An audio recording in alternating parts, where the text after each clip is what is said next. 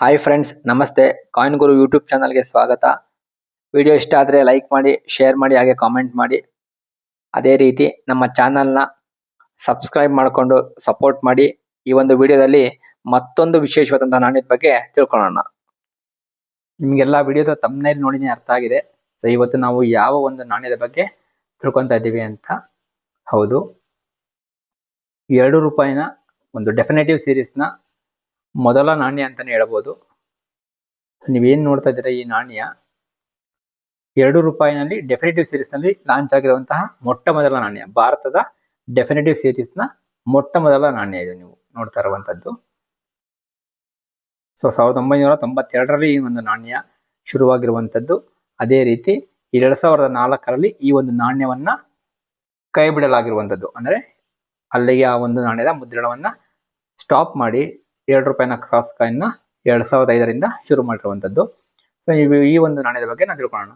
ಈ ಒಂದು ನಾಣ್ಯ 2 ರೂಪಾಯಿನ ಈ ಒಂದು ನಾಣ್ಯ ಏನಿದೆ, ಸೊ ಈ ಒಂದು ಅಬ್ಸರ್ವ್ ಸೈಡ್ ನಲ್ಲಿ ನೋಡ್ಬೋದು ಇಂಡಿಯನ್ ರುಪೀಸ್ ಅಂತ ಬರೆದಿರುವಂತದ್ದು. ಅದೇ ರೀತಿ ಕೆಳಗಡೆ 2 ರೂಪಾಯಿ 2 ಅಂತ ಸಿಂಬಲ್ ಇರುವಂತದ್ದು. ಅದೇ ರೀತಿ ಹಿಂದಿಯಲ್ಲಿ ಕೂಡ ಭಾರತದ ರೂಪಾಯಿ ಅಂತ ಬರೆದಿರುವಂತದ್ದು. 4 ತಲೆಯ ಸಿಂಹ, ಕೆಳಗಡೆ ಸತ್ಯಮೇವ ಜಯತೆ.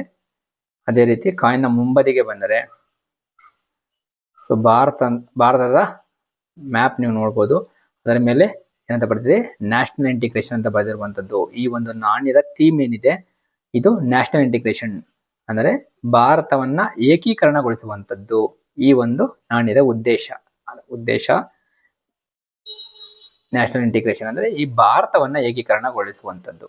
ಸೊ ನಿಮ್ಗೆಲ್ಲ ನೆನಪಿರ್ಬೋದು, ಈ ಒಂದು ನಾಣ್ಯವನ್ನು ನಾವು ಭಾರತದ ಚಿತ್ರ ಯೂಸ್ ಮಾಡ್ತಾ ಇದ್ವಿ.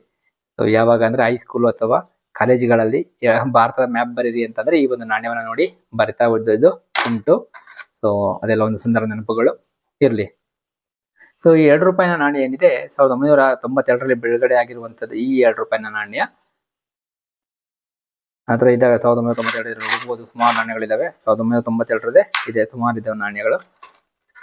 ಅಲ್ಲಿ ಶುರುವಾಗಿರುವಂತಹ ಈ ಒಂದು ನಾಣ್ಯ 2004 ಸುಮಾರು ಎಷ್ಟು ವರ್ಷ, ಅಲ್ಲಿಗೆ 12 ವರ್ಷ ಈ ಒಂದು ನಾಣ್ಯ ಚಲಾವಣೆಯಲ್ಲಿದ್ದು, ಈಗೂ ಕೂಡ ಈ ಒಂದು ನಾಣ್ಯ ಇನ್ನೂ ಎಷ್ಟೋ ಅಂಗಡಿಗಳಲ್ಲಿ ಸಿಗುತ್ತೆ ನಿಮಗೆ.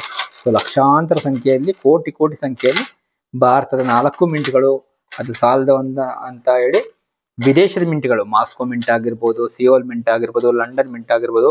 ಸೊ ಈ ರೀತಿ ಬೇರೆ ಬೇರೆ ವರ್ಷಗಳಲ್ಲಿ ಬೇರೆ ಬೇರೆ ಮಿಂಟ್ಗಳಿಂದ ಈ ಒಂದು ನಾಣ್ಯ ತುಂಬಾ ಸಂಖ್ಯೆಯಲ್ಲಿ ಮಿಂಟ್ ಆಗಿರುವಂತದ್ದು.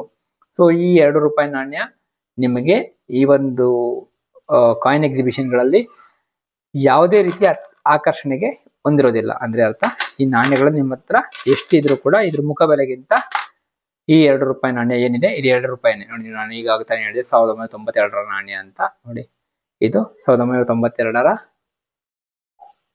ಹೈದರಾಬಾದ್ನ ನಾಣ್ಯ ನೋಡ್ಬೋದು, ಸ್ಟಾರ್ ಮಾರ್ಕ್ ಇರುವಂತದ್ದು. ಸೊ ಹಾಗಾದ್ರೆ ಈ 2 ರೂಪಾಯಿ ನಾಣ್ಯಗಳಲ್ಲಿ ಯಾವುದು ತುಂಬಾ ಇಂಪಾರ್ಟೆಂಟ್ ಅದನ್ನ ತಿಳ್ಕೊಳ್ಳೋಣ. ಅದಕ್ಕೂ ಮುಂಚೆ ಈ ನಾಣ್ಯದ ವಿಶೇಷತೆ ತಿಳ್ಕೊಳ್ಳೋಣ. ಈ ಒಂದು ನಾಣ್ಯ ಏನಿದೆ ಇದು ಕಾಪರ್ ಮತ್ತೆ ನಿಕ್ಕಲಿಂದ ಮಾಡಿರುವಂತದ್ದು. ಸೊ ಅದೇ ರೀತಿ ಈ ಒಂದು ನಾಣ್ಯ ಸುಮಾರು 6 ಗ್ರಾಮ್ಗಳಷ್ಟು ತೂಕ ಇರುವಂತದ್ದು. ಸೊ ನೀವು ಸುತ್ತಳತೆ 26 mm ಇರುವಂತದ್ದು. ಅದೇ ರೀತಿ ನೀವು ಏನ್ ನೋಡ್ತಾ ಇದ್ದೀರಾ, ಇದು ವಿಶೇಷವಾದಂತಹ ನಾಣ್ಯ. ನೋಡಿ, 11 ಮೂಲೆಗಳು ಇರುವಂತದ್ದು. 11 ಮೂಲೆಗಳು ಅಂದ್ರೆ ಏನು, 11 ಕಾರ್ನರ್, 11 ಕಾರ್ನರ್ಸ್ ಅಂತ ಹೇಳ್ತಾರೆ. ಸೊ ಇದಕ್ಕೆ ಹೆಂಡೆಕಾಗನಲ್ ಅಂತಾರೆ. ಈ ಇಂಗ್ಲಿಷ್ ನಲ್ಲಿ ಹೆಂಡೆಕಾಗನಲ್ ಶೇಪ್ ಅಂತ ಕರೀತಾರೆ. ನೀವು ಕೌಂಟ್ ಮಾಡಿದ್ರೆ 11 ಶೇಪ್ 11 ಕಾರ್ನರ್ಸ್ ಇರುವಂತದ್ದು. 1 2 ಈ ತರ ಕೌಂಟ್ ಮಾಡ್ಕೊಂಡು ಹೋದ್ರೆ 11 ಕಾರ್ನರ್ಸ್ ಇರುವಂತದ್ದು. ಸೊ ಈ ಒಂದು ವಿಶೇಷ ಒಂದು ಪ್ರಾರಂಭದ ವರ್ಷ ಮತ್ತೆ ಇದರ ಒಂದು ಕೊನೆಯ ವರ್ಷ ಅಂದ್ರೆ ಏನು, ಇದು ಇದ್ದಂತಹ ಕೊನೆಯ ವರ್ಷ. ಈ ಒಂದು ನಾಣ್ಯಕ್ಕೆ ಬರೋದಾದ್ರೆ 1992ರಲ್ಲಿ ಶುರುವಾಗಿ 2004ರಲ್ಲಿ ಈ ಒಂದು ನಾಣ್ಯವನ್ನ ಶಟ್ ಡೌನ್ ಮಾಡಿದ್ರು ಅಂತ ಅನ್ಕೊಳ್ಳಿ, ಅಥವಾ ಸ್ಟಾಪ್ ಮಾಡಿದ್ರು ಅಂತ ಅನ್ಕೊಳ್ಳಿ. ಸೊ ಆ ಒಂದು ಟೈಮ್ ನ 1992ರ ನಾಣ್ಯಗಳಾಗಿರ್ಬೋದು, ಅದೇ ರೀತಿ 2004ರ ನಾಣ್ಯಗಳು. ಸೊ ಯಾವಾಗ್ಲೂ ಕೂಡ ಯಾವುದೇ ನಾಣ್ಯಗಳಾಗ್ಲಿ ಪ್ರಾರಂಭ ವರ್ಷ ಮತ್ತೆ ಅದರ ಕೊನೆಯ ವರ್ಷದ ನಾಣ್ಯಗಳು ತುಂಬಾ ಇಂಪಾರ್ಟೆಂಟ್ ಆಗಿರುತ್ತೆ. ಸೊ ನಿಮ್ಮ ಹತ್ರ ಯಾವ್ದಾದ್ರು ನಾಣ್ಯಗಳಿದ್ರೆ ಅದನ್ನ ಜೋಪಾನವಾಗಿ ಎತ್ತಿಟ್ಕೊಳ್ಳಿ. ನನ್ನ ಹತ್ರ 1992ರ ಕೆಲವೊಂದು ಇಂಪಾರ್ಟೆಂಟ್ ನಾಣ್ಯಗಳಿರುವಂತದ್ದು, ಅದೇ ರೀತಿ 2004ರ ಎಲ್ಲಾ ಇಂಪಾರ್ಟೆಂಟ್ ನಾಣ್ಯಗಳು ನಾನು ಇಟ್ಕೊಂಡಿದ್ದೇನೆ.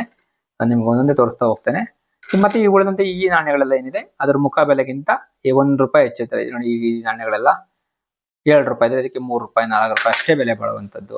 ಸೊ ಇನ್ನೊಂದು ಕಂಡೀಷನ್ ಏನಾಗಿದೆ ಅಂದ್ರೆ ಈ 6 ರೂಪಾಯಿ ಕಾಪರ್ ನಿಕಲ್ ಏನಿದೆ, ಸೊ ಕಾಪರ್ ನಿಕಲ್ ನ ಪ್ರೈಸೇ ಇದಕ್ಕಿಂತ ಹೆಚ್ಚಾಗಿರೋದ್ರಿಂದ ಕಾಪರ್ ನಿಕಲ್ ನ ಎಲ್ಲ ಸ್ಟಾಪ್ ಮಾಡಿ ಈಗ ಸ್ಟೈನ್ಲೆಸ್ ಸ್ಟೀಲ್ ನೀವು ನೋಡ್ಬೋದು 2 ರೂಪಾಯಿ ನಾಣ್ಯಗಳು ಈಗ ಎಷ್ಟು ಬರುತ್ತೆ ಅಂದ್ರೆ ಹಿಂದೆ 4 ಆಣೆ ಎಷ್ಟಪ್ಪ ಹೋಗಿದೆ 2 ರೂಪಾಯಿ ನಾಣ್ಯಗಳೆಲ್ಲ.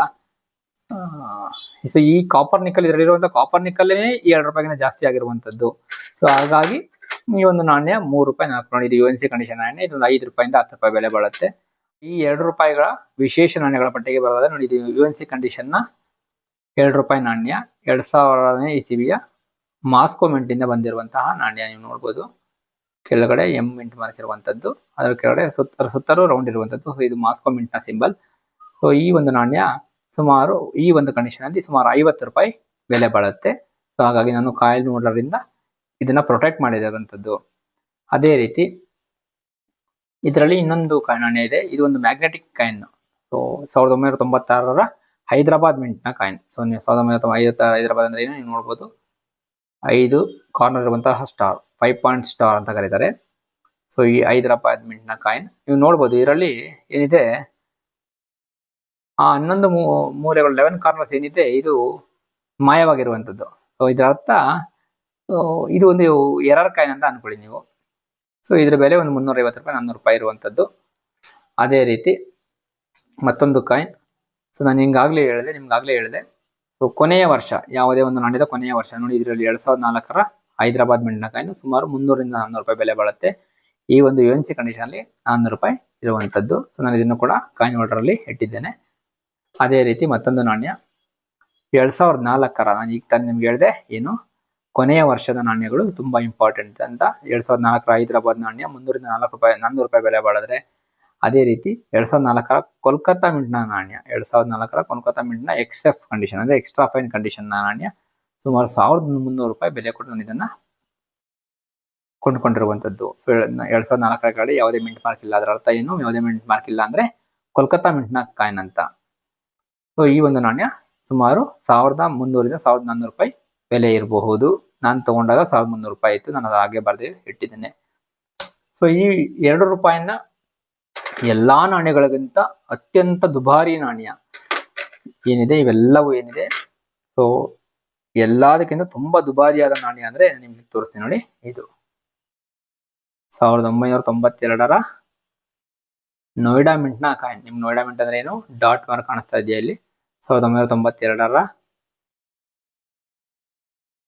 ಕೆಳಗಡೆ ಡಾಟ್ ಮಾರ್ಕ್ ಇರುವಂತದ್ದು. ಸೊ ಇದು ನಾನು ತಗೊಂಡು ಸುಮಾರು 1 ವರ್ಷ ಆಯ್ತು. ಆಗ್ಲೇನೆ ಇದ್ರ ಬೆಲೆ 2200 ರೂಪಾಯಿ ಇತ್ತು. ಈ ಒಂದು ಕಂಡೀಷನ್ ಅಲ್ಲಿ ಎಕ್ಸ್ಟ್ರಾ ಫೈನ್ ಕಂಡೀಷನ್ ಅಲ್ಲಿ ಇದ್ರ ಬೆಲೆ 2200 ರೂಪಾಯಿ ಇತ್ತು. ಇವತ್ತು ಇದರ ಬೆಲೆ 3000 ರೂಪಾಯಿಗಿಂತ ಹೆಚ್ಚಾಗಿರುವಂತದ್ದು. 3ರಿಂದ 4000 ರೂಪಾಯಿ ಕೂಡ ಇದೆ. UNC ಕಂಡೀಷನ್ ಏನೋ ಕಾಯಿನ್ ಇದೆ ಅಂದ್ರೆ ನಿಮ್ಮ ಹತ್ರ, ಸೊ ಅದ್ರ ಬೆಲೆ 5000 ರೂಪಾಯಿಗಿಂತ ಹೆಚ್ಚಿರುವಂತದ್ದು. ಸೊ ಜೋಪಾನ ಮಾಡಿ ಯಾವ್ದು ಇದ್ರಲ್ಲಿ ಇಂಪಾರ್ಟೆಂಟ್. 2 ರೂಪಾಯಿನ ಇಂಡಿಯಾ ಮ್ಯಾಪ್ ಕಾಯಿನ್ಗಳಲ್ಲಿ ಯಾವ್ಯಾವ ಇಂಪಾರ್ಟೆಂಟ್ ಅಂದ್ರೆ ಎಲ್ಲವೂ ಅಲ್ಲ. ನೀವು ನೋಡ್ಬೋದು, ನಾನು ಎಲ್ಲವನ್ನು ನಾನು ಯಾವ್ದು ದುಡ್ಡು ಕೊಟ್ಟು ತಗೊಂಡಿಲ್ಲ, ಇವೆಲ್ಲವನ್ನು ಕಾಮೆಂಟ್ ಸರ್ಕ್ಯುಲೇಷನ್ ಅಲ್ಲಿ ತೋರಿಸಿರುವಂತದ್ದು. ಆದ್ರೆ ಈ ಒಂದು 4-5 ಕಾಯಿನ್ಗಳೇನಿದೆ ನಾನು ದುಡ್ಡು ಕೊಟ್ಟು ಖರೀದಿ ಮಾಡಿರುವಂತದ್ದು.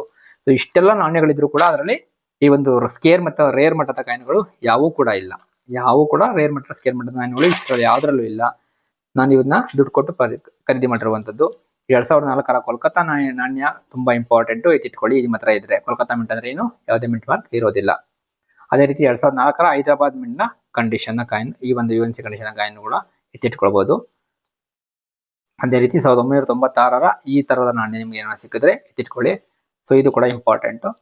ಅದೇ ರೀತಿ 2200 ರೂಪಾಯಿ ಕೊಟ್ಟಿರುವಂತಹ ಈ ಒಂದು 1992ರ ನೋಯ್ಡಾ ಮಿಂಟ್ ನ ಕಾಯಿನ್. ಸೊ ಇದು ಕೂಡ ಟಾಪ್ ಪ್ರಿಯಾರಿಟಿ. ಸೊ ಕಲೆಕ್ಟರ್ಸ್ ಗಳ ಪಾಲಿನ ಏನಂತಾರೆ ಹಾಟ್ ಫೇವ್ರೇಟ್ ಅಂತ ಹೇಳ್ತಾರಲ್ಲ, ಆ ರೀತಿ ಹಾಟ್ ಫೇವ್ರೇಟ್ ನೋಡಿ. ನೋಯ್ಡಾ ಮಿಂಟ್ ಇರಬೇಕು. ಸೊ ಈ ಕಂಡೀಷನ್ ನ ಕಾಯಿನ್ ನಿಮ್ಮ ಹತ್ರ ಇದ್ರೆ ದಯವಿಟ್ಟು ಎತ್ತಿಟ್ಕೊಳ್ಳಿ. ಸೊ ಒಂದು ಸಣ್ಣ ಪ್ರಯತ್ನದ ಮೂಲಕ ಕಾಯಿನ್ಗಳ ಬಗ್ಗೆ ಜಾಗೃತಿ ಮೂಡಿಸುವಂತಹ ಕೆಲಸ ನಾನು ಮಾಡ್ತಾ ಇದ್ದೇನೆ. ನಿಮಗೇನಾದ್ರೂ ಈ ವಿಡಿಯೋ ಇನ್ಫಾರ್ಮೇಟಿವ್ ಆಗಿತ್ತು ಅಥವಾ ವಿಶೇಷವಾಗಿತ್ತು ಅಂದ್ರೆ ದಯವಿಟ್ಟು ವಿಡಿಯೋನ ಲೈಕ್ ಮಾಡಿ, ಶೇರ್ ಮಾಡಿ, ಹಾಗೆ ನಿಮ್ಮ ಫ್ರೆಂಡ್ಸ್ಗಳಿಗೆ ಶೇರ್ ಮಾಡಿ. ಈ ಒಂದು ನಾಣ್ಯಗಳ ಮಾಹಿತಿ ಎಲ್ಲರಿಗೂ ತಲುಪಲಿ ಅನ್ನೋದನ್ನಷ್ಟೇ ನನ್ನ ಉದ್ದೇಶ. ಸೊ ಸಿಗೋಣ ಮುಂದಿನ ವಿಡಿಯೋದಲ್ಲಿ. ಜೈ ಹಿಂದ್, ಜೈ ಕರ್ನಾಟಕ ಮಾತೆ.